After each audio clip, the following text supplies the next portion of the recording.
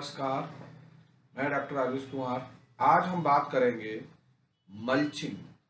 Basically mulching जो है वो हमारा एग्रीकल्चर फार्मिंग का एक पार्ट है और ऑर्गेनिक फार्मिंग से भी रिलेटेड है। तो मल्चिंग एक तकनीकी है जिसके द्वारा हम बीड्स मैनेजमेंट करते हैं, मॉइस्चर मैनेजमेंट करते हैं और न्यूट्रिशन मैनेजमेंट और सॉइल फर्टिलिटी और सॉइल इरोजन जैसे चीज़ों में इसका हम अध्ययन करते हैं। तो देखा जाए मल्चिंग एक ही बहुत ही इम्पोर्टेंट टॉपिक है जिसका एग्रीकल्चर में विभिन्न क्षेत्रों में एक अपना एक विशेष महत्व है। तो आज हम इसी की मल्चिंग क्या होती है, what is the mulching, mulching और organic mulching, how to apply mulch, which are the benefits of organic mulching, यानी कि इसके क्या तरीके हैं, कहाँ से होती है, कैसे होती है, इस बारे में करेंगे। तो मल्चिंग होती क्या है? Mulching is a farming and gardening technique that involves covering the soil surface with a layer of organic and inorganic material. This protective covering serves several essential purposes such as conservation soil moisture, suppressing weed growth, moderating soil temperature, improving soil structure, and reducing soil erosion. Mulching is widely practiced worldwide due to the numerous benefits for both agriculture and horticulture applications. Mulching में mulching तकनीकी का जो use है वो garden तकनीकी में, horticulture में, different क्षेत्रों में किया जाता है इसमें। और इसमें क्या होता है, सॉइल सरफेस को ऑर्गेनिक या इनऑर्गेनिक मटेरियल से कवर कर लिया जाता है। और एक कवरिंग जो होती है इस कई उद्देश्य से इसको कवर करते हैं, जैसे कि सॉइल में मॉइस्चर, नमी की कमी नहीं होती है, बीड ग्रोथ, बीड जर्मिनेट नहीं होते हैं और उनकी ग्रोथ नहीं होती है, मॉडरेटिंग टेम्परेचर सॉइल, और मिट्टी का टेम्परेचर मॉडरेट रहता है और सॉइल का स्ट्रक्चर है, सॉइल की फर्टिलिटी है वो बढ़ जाती है, सॉइल इरोजन रुक जाता है, नहीं होता है। तो कई प्रोस्पेक्टस में हम मल्चिंग का प्रयोग, मल्चिंग एंड इट्स टाइप। तो मल्चिंग के कई सारे प्रकार हैं। बेसिकली दो मुख्य प्रकार होते हैं, organic mulching and inorganic mulching, mixed mulching and special type of mulching. Organic mulching में हम उन प्रोडक्ट्स का यूज करते हैं जो आसानी से डिकम्पोज हो सकते हैं। जैसे जैसे हमारी फसल तैयार होती है और जिस कवरिंग मटेरियल का हम यूज करते हैं वो डिकम्पोज हो जाता है, उसमें प्लांट्स मटेरियल होते हैं जैसे कि स्ट्रॉ है, ग्रास है, लीव्स है, पेपर है, सॉडस्ट है, कंपोस्ट है। उसी में इनऑर्गेनिक मल्चिंग में क्या होता है, इसमें जो मटेरियल यूज करते हैं वो डिकम्पोज नहीं होता है। Plastic film, black, silver, clear plastic, plastic and biodegradables. Mix mulching में प्लास्टिक और रॉ मटेरियल जो हमारा ऑर्गेनिक है दोनों का यूज करते हैं। स्पेशल मल्चिंग में हम जो हमारे की जहां पर हम बात करें, अगर जो हमारे कैक्टाई प्लांट्स है उनके आसपास हम बात करते हैं तो वहाँ ग्रेवल और कंक्रीट का हम उपयोग मल्चिंग के लिए करते हैं। अब ड्राई लैंड फार्मिंग में हम देख सकते हैं कि मल्चिंग किस तरह की होती है। सॉयल या dust mulching, straw mulching, stable mulching, plastic mulching और वर्टिकल मल्चिंग का किया जाता है। ये डिफरेंट मल्चिंग प्रोडक्ट्स का आप देख सकते हो किस तरीके से, wood chips, sawdust, newspaper, polythene, straw mulching, bark mulching, compost mulching, different type की मल्चिंग का यहाँ पर आसानी से देख सकते हैं। तो मल्चिंग बेसिकली टू टाइप्स की होती है, organic and inorganic. Organic mulching में क्या होता है कि जिस मटेरियल, जो स्ट्रा है, ग्रास है, जिसको हम यूज करते हैं वो फसल को साथ साथ जो फसल तैयार होने के साथ साथ वो क्या होता है, डिकम्पोज हो जाता है और जो सॉइल की फर्टिलिटी, उसको न्यूट्रिशन वैल्यू को बढ़ा देता है। Organic mulch is made up of natural material such as straw, hay leaves, grasses, clumping, compost wood, chips, and shared bark. The organic mulch break down over time. It enriches the soil with nutrients, improving the soil fertility. Type of organic mulch, तो हम basically कौन कौन से mulch को आसानी से मिल सकते हैं, जो हम देख सकते हैं सामने जो हमारा वुड मल्च है, प्रोडक्ट है। लॉन क्लिपिंग्स यानी कि जो हमारी गार्डन्स होते हैं, जो घास कटने के बाद वॉशिंग मशीन से, उसको भी मल्चिंग में यूज कर सकते हैं। स्ट्रॉ मल्चिंग, और जो हमारा कूड़ा करकट होता है में प्रयोग कर सकते हैं। तो मल्चिंग ऑर्गेनिक एंड इनऑर्गेनिक यानी सिंथेटिक मटेरियल में डिवाइड हो जाती है, जो हम देख सकते हैं सामने।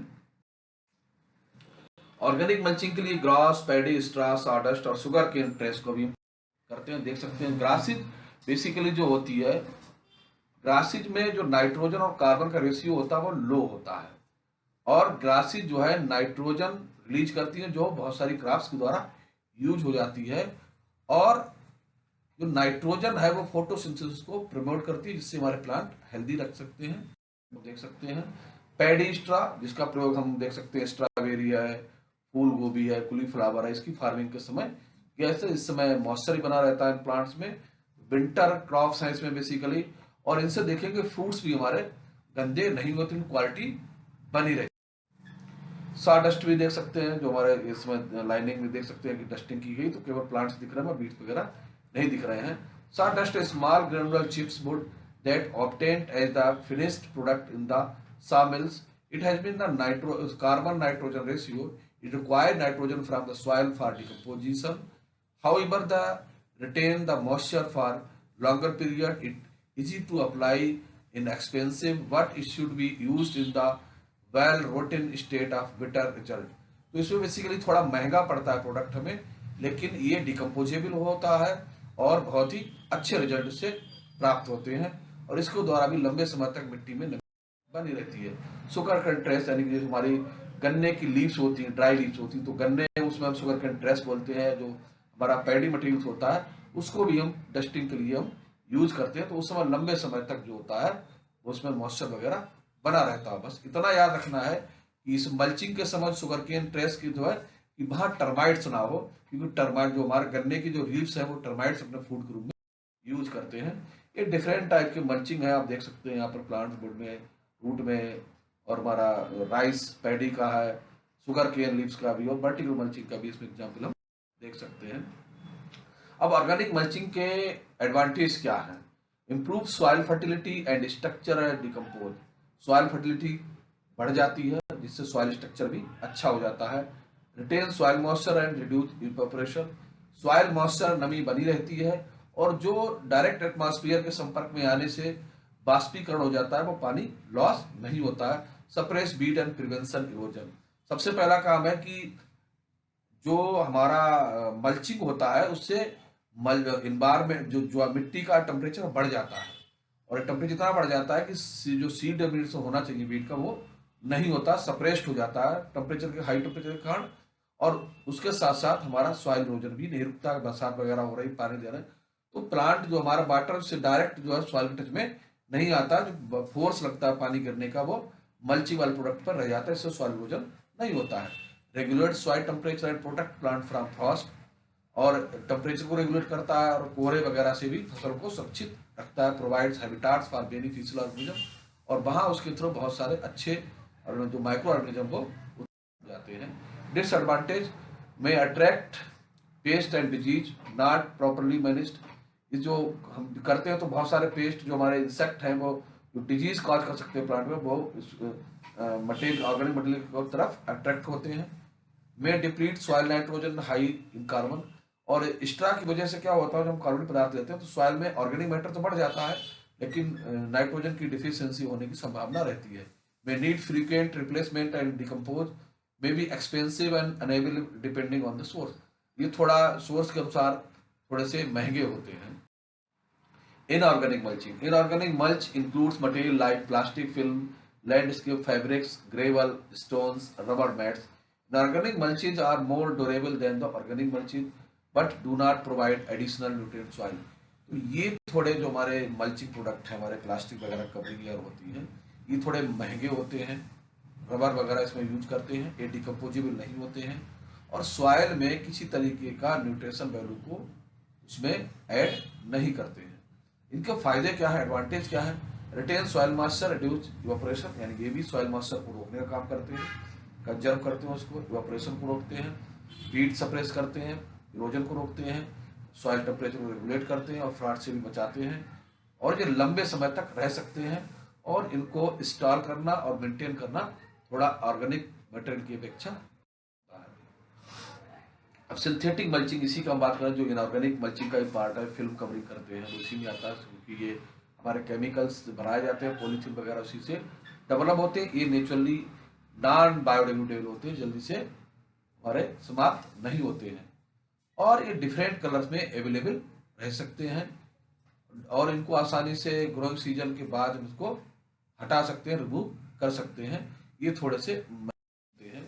सिंथेटिक में हम देख सकते हैं white plastic, black, transparent, degradable, selectively permeable और फोटो सेलेक्टिवली परमेबल, जो हमारी प्लास्टिक उसको यूज करते हैं। ये देख सकते हैं कि हमारी जो एक क्राफ्ट फील्ड है जहाँ पर मल्चिंग जो पॉलिथीन से की गई है, ये इनऑर्गेनिक मटेरियल से की गई, जो आप देख सकते हो कहीं भी हमारे दिखाई नहीं दे रहा है। और बढ़िया सा हमारा जो एरिया केवल इसमें क्या है, केवल हमें क्रॉप प्लांट से दिखाई दे रहा है, बीट कहीं दिखाई नहीं दे रहा है। तो वाइट प्लास्टिक से मल्चिंग कर सकते हैं, हम देख सकते हैं इन प्लांट्स में, आप देख रहे हैं प्लांट के आसपास मल्चिंग हो रही देख रहे हैं इसमें। ब्लैक प्लास्टिक, ब्लैक का भी यूज करते हैं, देख रहे हैं स्ट्रॉबेरी और दूसरे प्लांट्स सब करते हैं। तो इसमें क्या होगा कि अंदर टेम्परेचर हाई हो जाएगा, जिससे हमारे जो बीट प्लांट्स में ग्रो नहीं करते हैं। Black plastic mulch are most predominating colored mulch used in production and act upon the opaque black body absorbed radiator, ये absorb most UV लाइट। तो जो ब्लैक हमारी पॉलिथीन्स होती हैं वो ब्लैक लाइट है, अल्ट्रावायलेट रेज, इंफ्रारेड है, इनको सोलर रेडिएशन को एब्जॉर्ब करती है, ब्लैक अपने अट्रैक्शन करते हैं। Does not allow sunlight to pass through the soil, लेकिन ये सॉइल में सनलाइट को अंदर नहीं जाने देते हैं। इट रिटार्डेड बीट ग्रोथ, और जो बीट ग्रोथ को रोक देते हैं। Barren soil during winter season and encroach plant growth, ठंड के समय में भी सॉइल के अंदर टेम्परेचर हाई होता है, और जो प्लांट ग्रोथ को का काम करती है। Transparent plastic, plastic absorb little solar radiation, ये बहुत कम मात्रा में उसको एब्जॉर्ब करती है, but transfer 85-90% incoming solar radiation, और 95% तक जो हमारी सोलर रेडिएशन उनको वापस कर देती है।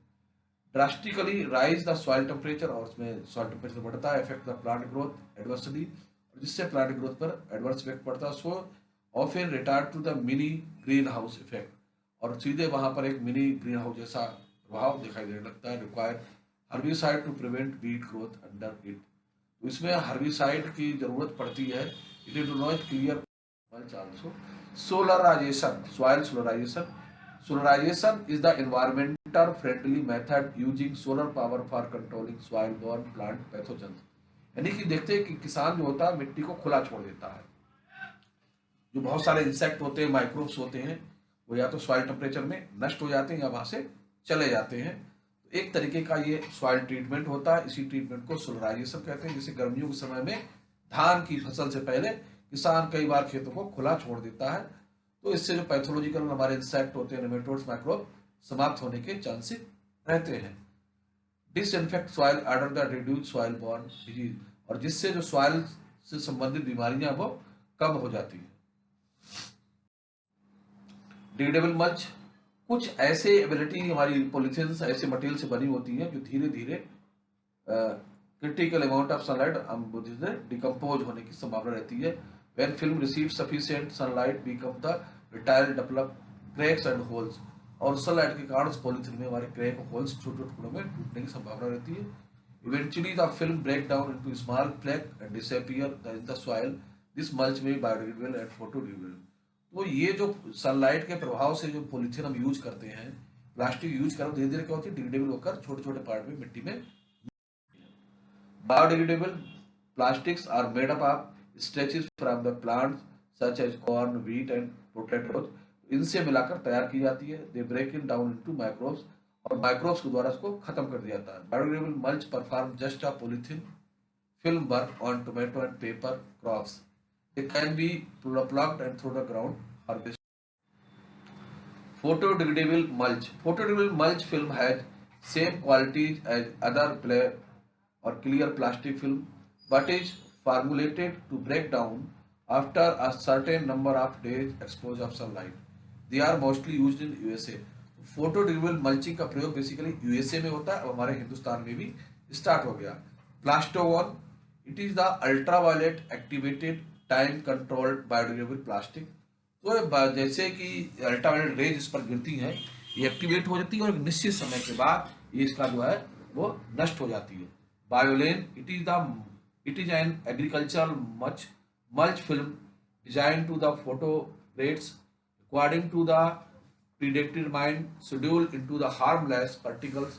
These particles then biodegradable into carbon dioxide. Selectively permeable mulch. It is also reflective and colored plastic mulch. यानी कि अगर व्हाइट हम लेते हैं तो वो सनलाइट को रिफ्लेक्ट करती है. Allow only certain wavelength light of pass through the mulch barren soil. और इसमें सभी जितनी वेवलेंथ की हमारी ऊर्जा आती है, जो एनर्जी आती है, उसमें पास आउट नहीं होती. कुछ विशेष प्रकार की वेवलेंथ के पास आउट होकर सॉइल तक पहुंचती हैं. डिस्करेज बीट ग्रोथ, और ये बीट ग्रोथ को भी रोकने का काम करती है. Future more Europlastic mulch repel white fly which spread leaf curl and solidarius family.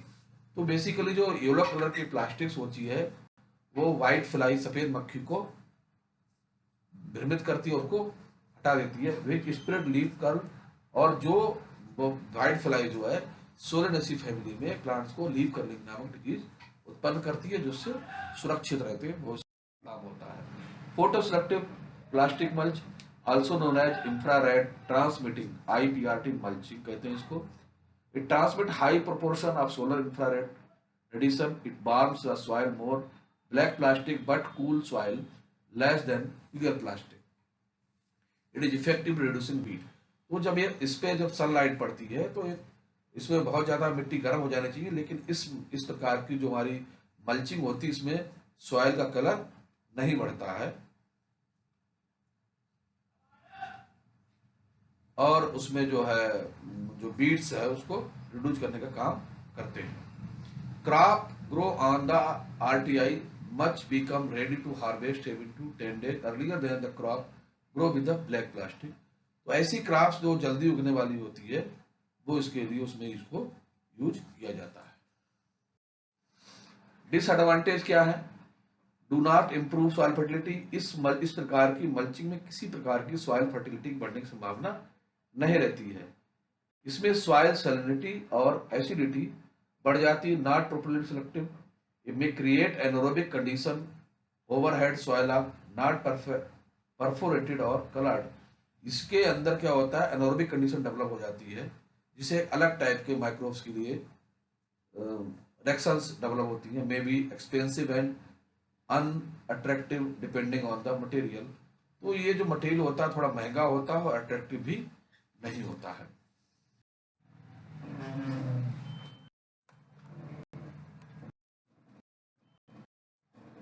अब मल्चिंग टेक्निक्स कैसे हैं? तो मल्चिंग किस तरीके से करते हैं उसके लिए बहुत सारी तकनीकी हैं. सबसे पहले seat mulching, layering cardboard, newspaper, landscape, fabric seat, followed by organic mulch, create a beat resistant and water retentive mulching bed. तो इस तरीके से हम तैयार करते हैं तो वो सीट मल्चिंग कहलाती है. Straw mulching, apply straw around plants to conserve moisture, suppress beat, protect soil from erosion. Wood chip mulching, यानी कि जो वुड से जो उसके टुकड़े तैयार किए जाते हैं. Spreading wood chip around the tree shrubs improve soil quality and moisture retention. Compost mulching, applying a layer of compost soil surface, enhance soil fertility, improve and plant growth. यानी कि खाद हम लगा देंगे. Limitation and conditions, decomposing rate, organic mulch is decompose over time, require periodic replenishment, maintains their benefit. तो organic mulching को decompose होने के लिए समय की आवश्यकता होती है, उसके बाद वो मल्च होकर उसको मेंटेन करेगा, बेनिफिशियल हो जाएगा. Pest habitat, mulch can provide shelter for pests like slugs, snails. So monitoring and pest control may be necessary. Mulching के कारण जो अंदर इंसेक्ट होते हैं, पेस्ट वगैरह होते हैं, कुछ स्लैग्स है, स्नेल्स है, उनके लिए एक शेल्टर जैसी वहां पर प्रोटेक्शन मिल जाता है. तो उसको समय समय में मॉनिटरिंग करते रहना चाहिए, छिड़काव करता रहना चाहिए और उनको रिमूव करते रहना चाहिए. Excessive mulch depth, applying too much mulch can suffocate plant roots leading to waterlogging and reduce air circulation. और अधिक मल्चिंग के कारण क्या होता है, वाटर लॉगिंग हो जाती है और जो रिड्यूस का एयर सर्कुलेशन है वो आता है. Nutrient tie up, some mulch may be temporarily tie up solution nutrient during the decomposition affecting nutrition ability of plant. तो कुछ समय के बाद मल्चिंग की जो सॉइल एबिलिटी है, फर्टिलिटी, उसको प्रभावित करते हैं। Mulch placement, mulch should be kept away from the step of plant to prevent rot and stem disease, और स्टेम डिजीज और रॉटिंग से भी रोकते हैं। Weed seeds, organic mulching contain weed seed, it may be introduce new weeds into the garden. अब इनमें क्या दिक्कत होती है कि जो हम कूड़ा करकट यूज करते हैं बहुत सारे, इसमें बीड सीड्स भी मिले रहते हैं, जो बीड इसमें हमारे गार्डन में इसको थ्रो आ जाते हैं, तो इन चीज़ों से हमें बरतनी चाहिए। How to use mulching, mulching can be used in different way depending on the type of crops, soil climate, mulch material, how some the general guideline how to use mulching. तो mulching करने से पहले हमें कुछ चीज़ें देख लेनी चाहिए, पढ़ लेनी चाहिए, और जो हमारे एग्रीकल्चर विशेषज्ञ उनसे राय लेनी चाहिए, उसके बाद ही मल्चिंग हमें क्रॉप के अनुसार करनी चाहिए। Choice appropriate type, the amount of mulch material for your crop, and site condition, consider factors such as availability, cost, durability, appearance, biodegradability, compatibility and your crop soil। तो इन सब चीजों फैक्टर्स को ध्यान में रखते हुए मल्चिंग का प्रयोग करना चाहिए। Prepare soil plants crop before applying mulch, तो मल्चिंग से पहले हमें अपनी प्लांट्स को और सॉइल को अप्लाई करने से पहले तैयार करना चाहिए। Remove any beads, debris, stones from the soil surface, make sure soil is moist and well drained। और मल्चिंग से पहले हमें वहां से कूड़ा करकट पत्थर जो हमारा अनवांटेड है, सॉइल मॉइस्चर, सब चीजों का ध्यान रखना चाहिए, और प्रॉपर तरीके से हमें काम मेंटेन, उसमें सॉइल वगैरह पानी लगा देना चाहिए, जिससे चीजें रिमूव कर लेनी चाहिए। तो देखा जाए कि जो मल्चिंग हमारा टॉपिक था, ये कई सारे उसमें हमारी बहुत यूजफुल है। जैसे कि हम घर में भी किचन गार्डनिंग करते हैं, गमलों में करते हैं, तो वहाँ भी हम इस चीज़ का प्रयोग कर सकते हैं, जो हमारे प्लांट कल्टीवेशन के लिए, गार्डनिंग, हॉर्टिकल्चर, एग्रीकल्चर दोनों में लाभदायक है। तो इसी के साथ ये वीडियो हमारा समाप्त होता है। नमस्कार, फिर मिलेंगे नेक्स्ट वीडियो में इसी चैनल पर एक नए विषय, नए टॉपिक के साथ। तब तक के लिए नमस्कार।